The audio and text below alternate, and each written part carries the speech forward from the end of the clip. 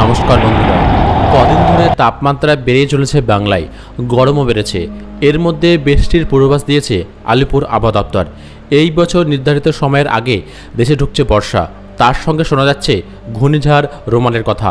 কি বলছেন আবহাওয়াবিদরা বিস্তারিত জানাবো এই ভিডিওতে। তা ভিডিওটা কোনো জায়গায় বাদ না দিয়ে প্রথম থেকে লাস্ট পর্যন্ত অবশ্যই দেখবেন, এটা আপনার জন্য খুবই গুরুত্বপূর্ণ। আর আপনি কোন জেলা থেকে ভিডিওটি দেখছেন অবশ্যই কমেন্ট বক্সে জানিয়ে দেবেন। আবহাওয়াবিদরা জানিয়েছে চলতি মাসের শেষের দিকে তৈরি হতে পারে ঘূর্ণিঝড় রোমান। বঙ্গোপসাগরে তৈরি হতে পারে এই ঘূর্ণিঝড়, সম্ভাবনা রয়েছে প্রায় 60%।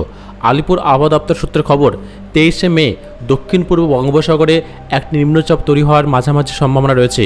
23শে মের পর তা বঙ্গোপসাগরে দক্ষিণ পূর্ব ও আন্দামান সাগরের উত্তর দিকে অবস্থান করতে পারে। এই ঝড়ের নাম দিয়েছে রোমান, যার অর্থ বালি। এই প্রসঙ্গে আলিপুর আবহাওয়া দপ্তর সূত্র খবর, দক্ষিণ আন্দামান সাগরে 22শে মে তৈরি হতে পারে একটি নিম্নচাপ বলয়। বঙ্গোপসাগরে তা অতি গভীর নিম্নচাপে পরিণত হতে পারে। সেই নিম্নচাপ থেকেই ঘূর্ণিঝড় তৈরির সম্ভাবনা রয়েছে প্রায় 60%।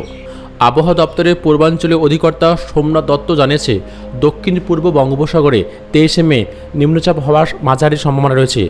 শক্তি বাড়ানোর মতো সমস্ত পরিস্থিতি তৈরি হলে পরবর্তী সময় তা আরও শক্তি বাড়িয়ে একটি নিম্নচাপ, তারপর গভীর বা অতি গভীর নিম্নচাপে পরিণত হতে পারে। তবে গভীর নিম্নচাপ হলেও তা পশ্চিমবঙ্গে প্রভাব ফেলার সম্ভাবনা খুবই কম। আলিপুর আবহাওয়া দপ্তরের তরফ থেকে আজকে অর্থাৎ সোমবারে যে আপডেট দেওয়া হয়েছে, সেই আপডেটে বলা হয়েছে বৃষ্টির সঙ্গে 30 থেকে 50 কিলোমিটার ঝোড়ো হাওয়া বইতে পারে এবং হতে পারে মাঝারি বৃষ্টিপাত। পূর্বাভাসে বলা হয়েছে রবিবার থেকে দক্ষিণবঙ্গে শুরু হবে বৃষ্টি। কলকাতা, হুগলি, হাওড়া, ঝাড়গ্রাম, পুরুলিয়া বাদে দক্ষিণবঙ্গের প্রায় সব জেলাতেই বজ্র বিদ্যুৎ সহ হালকা বৃষ্টির সম্ভাবনা রয়েছে।